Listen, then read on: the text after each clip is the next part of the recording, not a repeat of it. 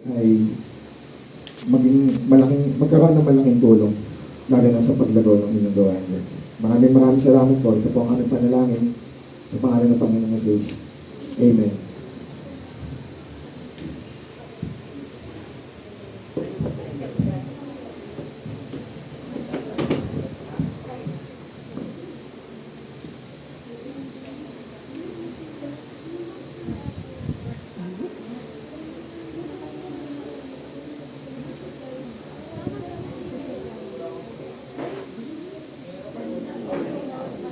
Dun ka.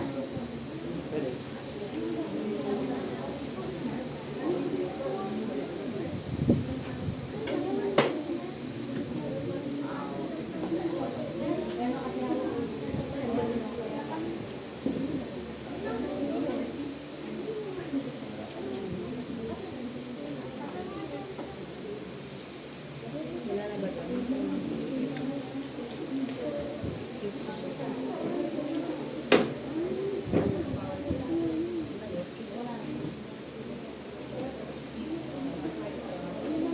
At si Ate Reyna.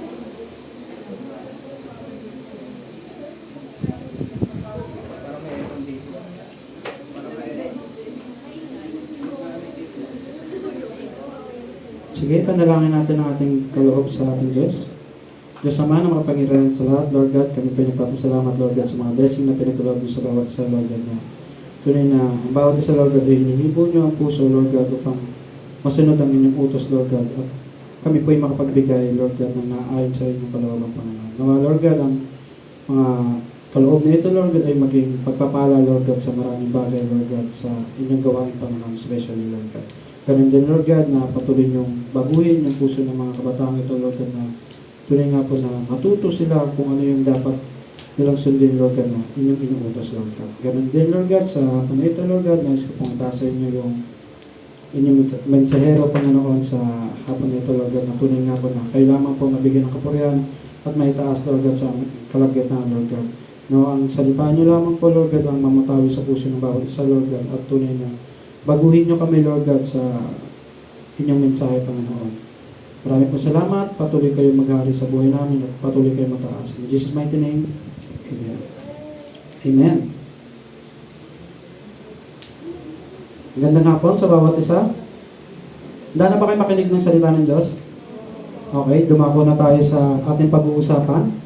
Gusto ko lang kayo ma-recall na ang bawat isa sa atin, nung unang tayo ay tumanggap sa ating Panginoon, lahat tayo binigyan ng mga privilege ng ating Panginoon. Una, binanggit ko na ito nakaraang nag-preach ako. Una, ikaw ay naging anak ng Diyos. Amen? Bawat isa ay naging anak ng Diyos. Masaya ka ba naging anak ka ng Diyos? Nasaan yung mukhang masaya? Ayan, ang mukhang masaya.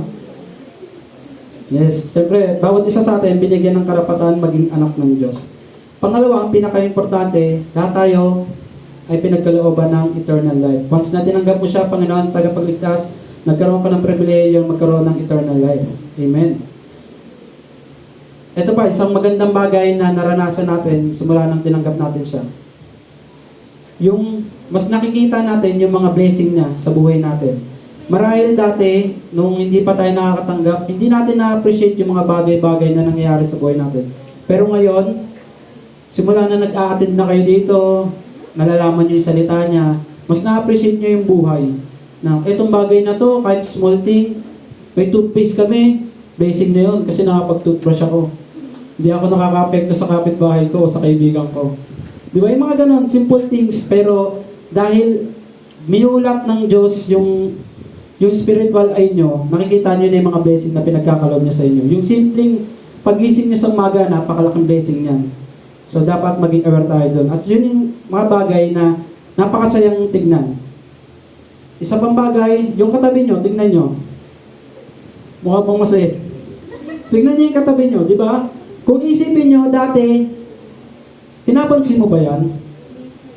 Dati, itong mga, yung nakikita nyo ngayon, nakikita nyo ba yan o nakakausap nyo sa labas? Yung iba, oo, pero yung iba, di ba hindi? Pero ngayon, nakakausap nyo sila. So, isa yung blessing para sa bawat isa. Isang masayang bagay na nangyari sa buhay nyo, na nagkaroon kayo ng additional friend. na maayos at hindi kayo ipapahamak. Amen? Tingnan nyo nga yung kaibigan nyo kung ipapahamak kayo. Mukha ba ipapahamak kayo niyan? Yan, ay binibindi. Yan. Ito pa, isang bagay na magandang bagay na nangyari sa buhay natin simula nakakilala tayo. Nagkaroon tayo ng mga ate, instant kuya, mga instant kuya, instant ate, na willing manlibre, ito yung may sahod. Tama ba? Ay, hindi pala. Mali. Na willing makinig kapag mayroon kayong mga problemang dinadala. Tama ba? Meron ba mga nagsishare na dyan sa mga ate natin, sa mga kuya natin kapag may pinagdadaanan? Yan. Isang bagay yan na, kumbaga, masayang bagay na natanggap natin simula nakakilala tayo sa Diyos. Pero, dapat niyong malaman na hindi lahat masaya. So, hindi lahat maganda ang nangyayari. Kahit tumanggap tayo sa ating Panginoon, kahit nagkaroon tayo ng Diyos sa buhay natin, hindi lahat is maganda. Kasi minsan, makakaranas tayo ng pagsubok. Diba? At tandaan mo, na sa pagsubok, hindi tayo exempted. Diba? Nung unbeliever kayo, meron ba kayong mga pagsubok na nararanasan? Amen. Ngayon believer kayo, meron pa rin kayo mararanasan. Hindi tayo exempted sa pagsubok. Dapat nyong malaman na ang bawat isa, marami mang bagay na masayang naganap sa buhay natin, pero hindi tayo exempted sa pagsubok. At isa pang bagay, napakarami nating mararanasan pa. Marami man tayo naranasan na, pero marami pa tayo mararanasan sa pagsubok. So, dapat maging aware tayo doon bilang Kristiyano. Yan. Isang bagay, naalala ko lang. Noong panahon na kaedad ko kayo, yan, mga usually na pagsubok na mga nararanasan namin. Ewan ko kung naranasan din ng mga ate kuya natin. Nandyan yung mga kaibigan nyo na minsan aasa rin kayo. Nararanasan nyo? Aasa rin kayo na, look, simpo-simpo pa to. Di naman nagbabago.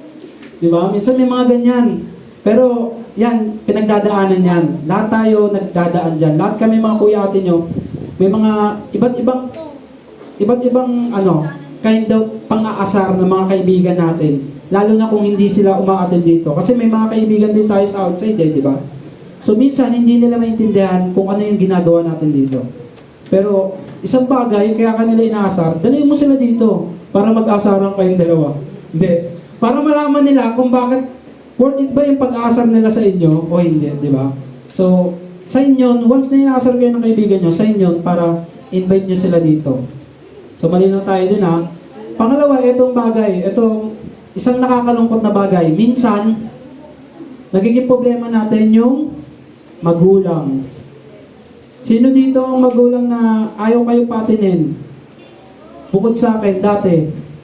Di ba? Minsan darating din kayo sa ganyan na yung mismong nakakalungkot mong isipin o nakakalungkot pakinggan na mismong magulang natin yung nagbabawal sa atin na makarinig ng salita ng Diyos. Kasi minsan, sa magulang natin, minsan hindi pa kasi bukas yung spiritual eye nila, spiritual ear nila, hindi sila ready, yung heart nila hindi ready para makinig ng salita ng Diyos. Kaya minsan, pag may ginagawa kang bagay, hindi nila naiintindihan yon. Kahit alam mo sa sarili mo na tama naman yon, minsan hindi makikita ng magulang natin. Pero, hindi ibig sabihin nun, susuko ka o titigil ka sa pagsisimba. Kasi minsan, ayun yung dahilan para mas magbago ka pa, mas mapakita mo na meron kang Diyos sa buhay mo na dapat din nila makita. At malay mo, ikaw yung susi para mas makakilala rin yung magulang natin. Diba? Yun kasi yung reality ng mundong to. The more na lumalalim tayo sa salita ng Diyos, the more na mas nakikita natin yung mga mali at yun minsan yung mga nagiging struggle natin sa buhay. Tama ba? Amen ba kayo doon? Amen. Pero, ito isang bagay na maganda. Tandaan nyo na ang pagsubok ay hindi negatibong bagay. Lagi nyo tatandaan na, itatak nyo sa isip nyo na ang pagsubok ay hindi negative na bagay. Bakit? Kasi itong pag-aaralan natin ay tungkol sa pagsubok na may bunga at tagumpay. Yung pagsubok, merong bunga at tagumpay. Yung bunga, o kung sasabihin natin, yung bunga sa English, fruit. Tingin nyo, maganda ba yung fruit? Na magkaroon kayo ng fruit or magkaroon kayo ng bunga sa buhay nyo? Di ba positive siya? Then yung tagumpay, pagiging tagumpay o pagiging winner, positive ba siya o hindi? Positive. So dapat nyo malaman na ang pagsubok ay hindi siya negatibong bagay. So yun yung pag-aaralan natin ngayon. Sige, basahin natin yung verse na to. Babasahin ko yung unang verse, tapos babasahin ko yung pangalawa. So babasahin ko ulit. Okay? Okay. Sabi sa Santiago 1, 2-4, mga kapatid, magalak kayo kapag kayo'y dumaranas ng iba't ibang uri ng pagsubok. Kayo naman.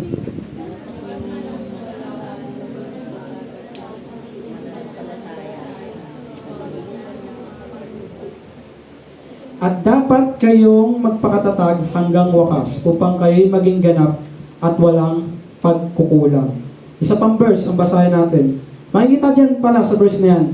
Kung makikita niyo yung highlights dyan, magalak kayo kapag kayo'y dumaranas ng iba't ibang uri ng pagsubok. Isang patunay na ang bawat isa sa atin ay makakadanas ng pagsubok. Pero meron dyan sinasabi na ang bawat isa, kung nakakaranas ka man ng pagsubok, ang bawat isa, ano daw dapat gawin natin? Tayo ay magalak. So ano ba ibig sabihin ng magalak? Matuwa. Diba? Kung iisipin mo, yung isang taong may pagsubok, tumatawa, ano iisipin mo sa kanya? Baliw. Ganyan madalas yung tawag sa atin sa labas. Pero okay nang tawagin tayo ng nasa labas na baliw. Kesa yung humarap tayo sa Panginoon pagdating ng araw, sasabihan ka na, sino ka? Ano mas gusto nyo? Tawagin kayo na nasa labas na baliw o pag nakita kayo ni Lord, tatanungin, sino ka? Di ba? Mas gusto mo tanungin ka ni Lord? Iya? Sino yun? Sino ba yun? Si... Hindi. So, dapat malino sa atin yan na okay nang tawagin tayong baliw sa labas. Basta pagharap natin sa Diyos, kilala niya tayo. Amen? Amen. So, next verse natin babasahin. Ito. 1:16-33. Basahin nyo.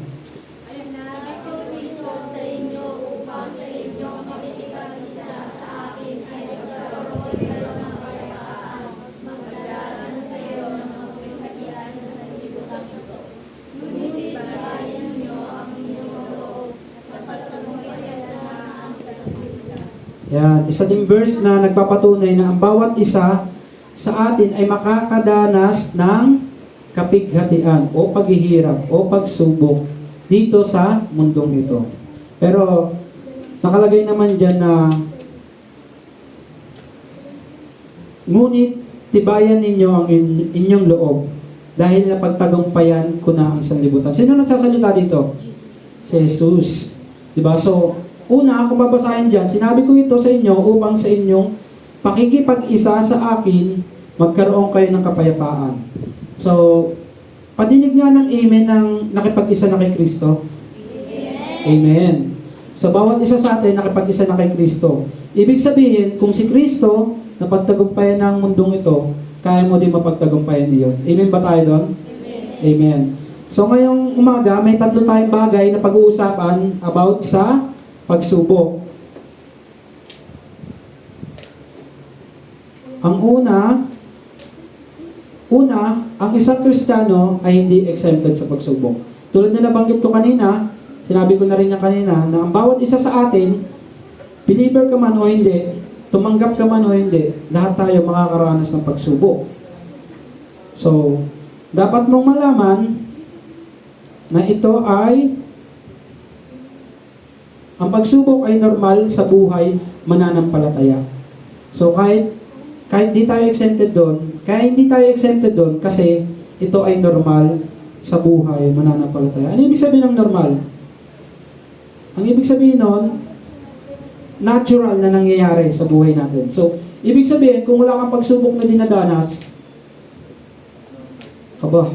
congrats. Diba? Kung isipin mo, the more na nabubuhay ka sa mundong ito, the more na marami kang mararanasan na pagsubok. Dahil sa pagsubok na yan, merong gustong sabihin sa iyo ang Diyos. So, sa pag-aaral natin, mas malalaman natin kung ano bang dulot ng pagsubok sa buhay ng bawat isa. Yan. Yan. Ang sunod, basahin natin pala yung verse na to. 1 Pedro 1:6-7. Okay. Ito'y dapat ninyong ikagalak kahit na maaaring magdanas muna kayo ng iba't ibang pagsubok sa loob ng maikling panahon. Basahin niyo yung 7.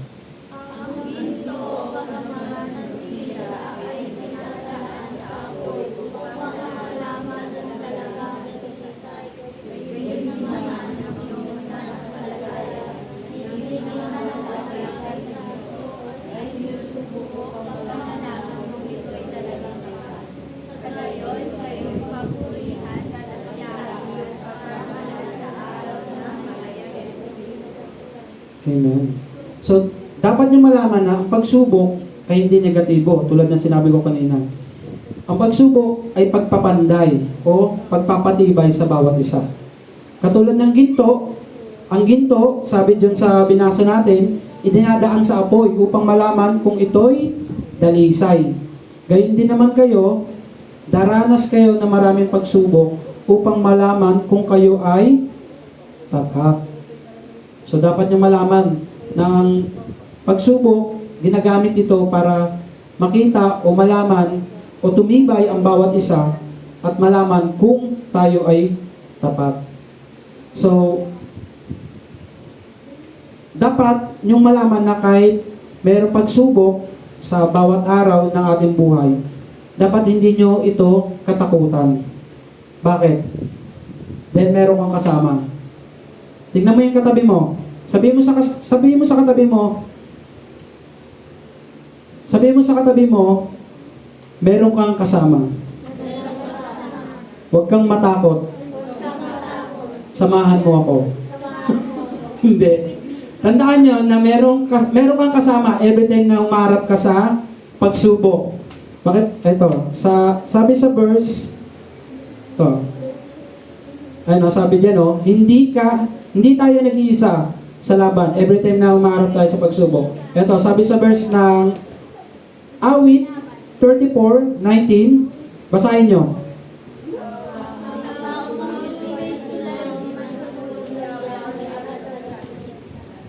Ang taong matuwid, may suliranin man sa tulong ni Yahweh, agad na maibsan. Ang tanong, sino yung taong matuwid? Tayo ba? Tandaan nyo na ang bawat taong sumusunod sa utos ng Diyos ay maaaring tawaging matuwid. So, ang bawat isa sa atin na tumanggap sa ating Panginoon ay maaaring tawagin na matuwid. Kaya tandaan nyo na every time na harap tayo sa mga pagsubok, iba't ibang uri man ng pagsubok yan, tandaan nyo na agad yan maiibsan sa tulong ni Yahweh. Amen. Sige, tumalon tayo sa pangalawa. So, dapat maging malinaw sa atin yan na ang pagsubok ay hindi negatibo. At ang pagsubok, hindi dapat tayo matakot dahil kasi meron tayong kasama. So, ikalawa, ang pagsubok na may bunga. Ito yung ikalawa, pagsubok na may bunga. Sige, basahin natin sa Roma 5:3-4. Babasahin ko yung 3, babasahin yung 4. Hindi lamang iyan, ipinagagalak din natin ang mga kahirapang ating tinitiis dahil alam nating ito'y nagbubunga ng pagtsatsaga. Basahin niyo.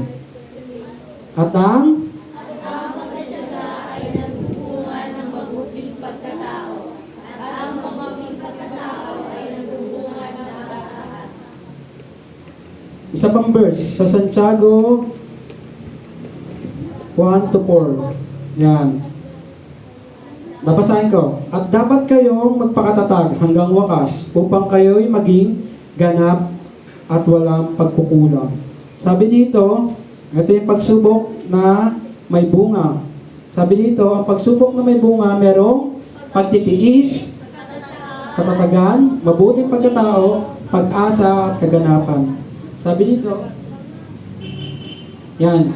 Sabi, sa pagtitiis, the more na nagsasuffer tayo, the more na nabibuild yung personality natin.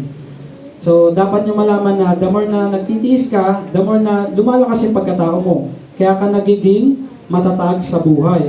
At dahil nagiging matatag ka sa pagsubok, ibig sabihin, every time na daranas ka ng pagsubok, hindi ka na basta-basta matitrigger nito.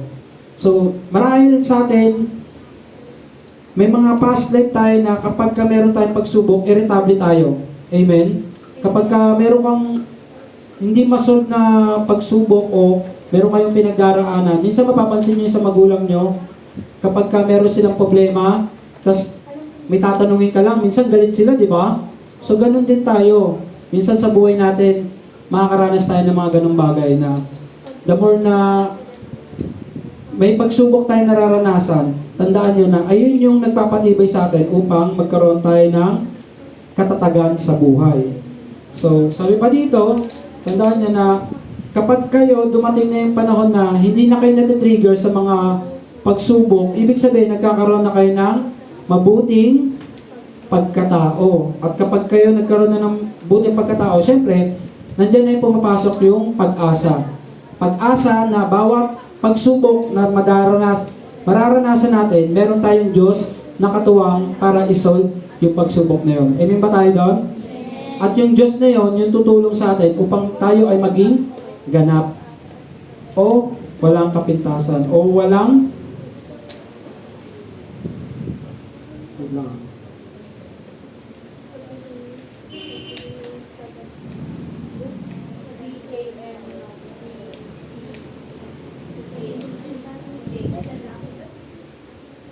yan. So, yan, ganap o walang pagkukulang. So, napakadaming bunga ng pagsubok na kinakaharap natin. Kaya dapat mong tandaan na hindi ito negative. So, kung isip nyo dati, ayun na naman yung pagsubok ko. Kumbaga, minsan, may portion tayo sa buhay natin na kapag may pagsubok tayo, parang ang lungkot-lungkot natin, di ba? So, normal naman yan na maranasan natin. Pero, dapat nyo tandaan na every time na may pagsubok tayo, ito yung opportunity para mas mabuild yung pagkatao natin. Mas tumatag tayo, mas lalo tayo magtiwala sa ating Diyos. Amen ba tayo doon? Amen. Minsan kahit hindi believer, minsan may mga tao na unbeliever na the more na dumaranas sila ng problema, doon pa yung pagkakataon na tumatawag sila sa Diyos. Diba? So tayo, as a believer, dapat masanayan natin na maliit man yung problema natin o malaki, lagi tayong tumawag sa Panginoon. Dahil hindi tayo nag-iisa, lagi niya tayong kasama. Amen? Amen. So sa pangatlo, ang pagsubok ay bahagi ng tagumpay. So ano yung una uli? Hindi ka exempted sa pagsubok. Pangalawa, ang pagsubok ay may bunga. Ang pangatlo, ang pagsubok ay bahagi ng tagumpay. Sabi diyan sa John 16:33, sinasabi ko ito sa inyo upang sa inyong pakipag-isa sa akin ay magkaroon kayo ng kapayapaan. Magdaranas kayo ng kapigatian sa sanlibutan ito. Ngunit tibayan ninyo ang inyong loob na pagtagumpayan ko na ang sanlibutan ito. Yan, sabi dito, kahit gaano kadami ang pagsubok na nararanasan natin sa buhay o sa mundong ito, huwag tayong mangamba dahil tayo ay nakipag-isa na kay Kristo. Meron ang bawat isa na assurance na sa lahat ng pagsubok na mararanasan natin, meron tayong tagumpay na makakamit. Kasi yung Diyos natin nakasama ay napagtagumpayan na yung mga pagsubok sa mundong ito. Baka sabihin nyo, Kuya, si Jesus Christ, Diyos siya. Amen. Totoo, Diyos ang ating Panginoon. Pero dapat nyo malaman na bumaba siya sa mundong ito bilang tao. Ginawa niya yon upang ang bawat isa sa atin ay magkaroon ng example. Kung napagtagumpayan ng ating Diyos, yung mundong ito, naniniwala ako na kung kasama mo siya araw-araw, mapagtatagumpayan mo din kung ano man yung problema o pagsubok na mararanasan mo araw-araw. So, bilang pangwakas na verse, sabi dito,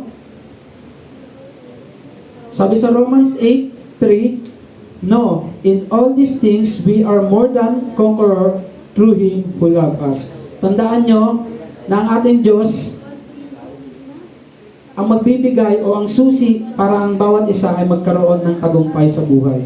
Lahat ng pagsubok, malaki o maliit, lahat yan mapagtatagumpayan natin kasama ang ating Diyos. Amen ba tayo doon? Amen. Tandaan nyo na gaano man kalaki yung pagsubok, mas malaki yung Diyos natin. Ang kailangan mo lang gawin, magtiwala sa Kanya at idulog lahat ng problema mo sa Kanya. At naniniwala ko na ang bawat isa na harap sa pagsubok na kasama ang ating Diyos, kayo ay tatawagin na more than conqueror o mananunggumpay. Amen pa tayo doon? Bilang conclusion, eto lang. Ang pagsubok na may bunga at tagumpay. Sana malinaw sa atin yung topic kahit maikli. Tandaan nyo na ngayon, kasi yung pagsubok, tandaan nyo na ito yung usapin na lagi natin na-encounter. Diba? So, bawat isa sa atin, bata ka man, matanda, nag-aaral, nagtatrabaho, nasa bahay, nasa labas, may iba't iba tayong pagsubok na mararanasan. Pero tandaan mo na ang pagsubok, meron niyang bunga at meron niyang tagumpay. At makakamit mo yung bunga at yung tagumpay sa pamamagitan ni Kristo. Kaya lagi kang dumulog sa Kanya at lagi mong hingin yung payo niya or gabay niya sa buhay mo. Sige, manalangin tayo. Diyos Ama na makapangyarihan sa lahat, kami po nagpapasalamat, Lord God, sa maikling mensahe ninyo sa hapon na ito, Lord God. Tunay nga po na ang pagsubok, Lord God, sa aming buhay, Lord God, ay palagi namin nararanasan, Lord God. Naniniwala ko, Lord God, na ito'y pakinabang, Lord God, na marinig ang inyong mensahe, Lord God, dahil lagi namin nararanasan yung pagsubok, iba-iba mang uri ito, Panginoon. Pero isa lang, Lord God, yung solusyon, Lord God, sa mga pagsubok nito. At yun yung magtiwala kami sa inyo, Lord God. Idulog namin yung mga pagsubok na ito sa inyong paanan, Lord God, na sa ganun, Lord God, ay matulungan nyo kami, Lord God, nang naaayon sa inyo, Panginoon. Lord, nawa ang bawat isang kabataan dito, Lord God, ay tunay na ma-realize nila, Lord God, yung halaga, Lord God, na pagsubok na nararanasan, Lord God, nila ay idulog nila sa inyo, Panginoon. Dahil naniniwala ko, Lord God, na sa bawat pagdulog namin, Lord God, ng pagsubok sa inyo, Lord God, ay tunay na nire-refresh nyo kami, Panginoon, at tunay na binabago nyo yung puso namin, Lord God, at pinagtitibay ito, Lord God. Nang sa ganun, Lord God, sa mga pagsubok pang mas mararanasan namin na mas mabibigat, Lord God, ay mas lalo kami magtiwala sa inyo, Lord God. Maraming salamat, Lord God, sa mensahe nyo. At tunay nga po na sa aming pag-uusap pa, Lord God, ay mas lumalim pa po, Lord God, yung kaalaman namin about sa pagsubok. At mas lalo pa lumalim, Lord God, yung kaalaman namin, Lord God, kung paano kami dudulog sa inyo, kung paano kami hihingi ng tulong sa inyo, Lord God, every time na may encounter namin yung mga iba't ibang uri ng pagsubok. Maraming salamat po. Gabayan niyo po ang mga oras magdaraan. Ito po ang aming dalangin. Pasasalamat sa tanging pangalan ni Jesus. Amen.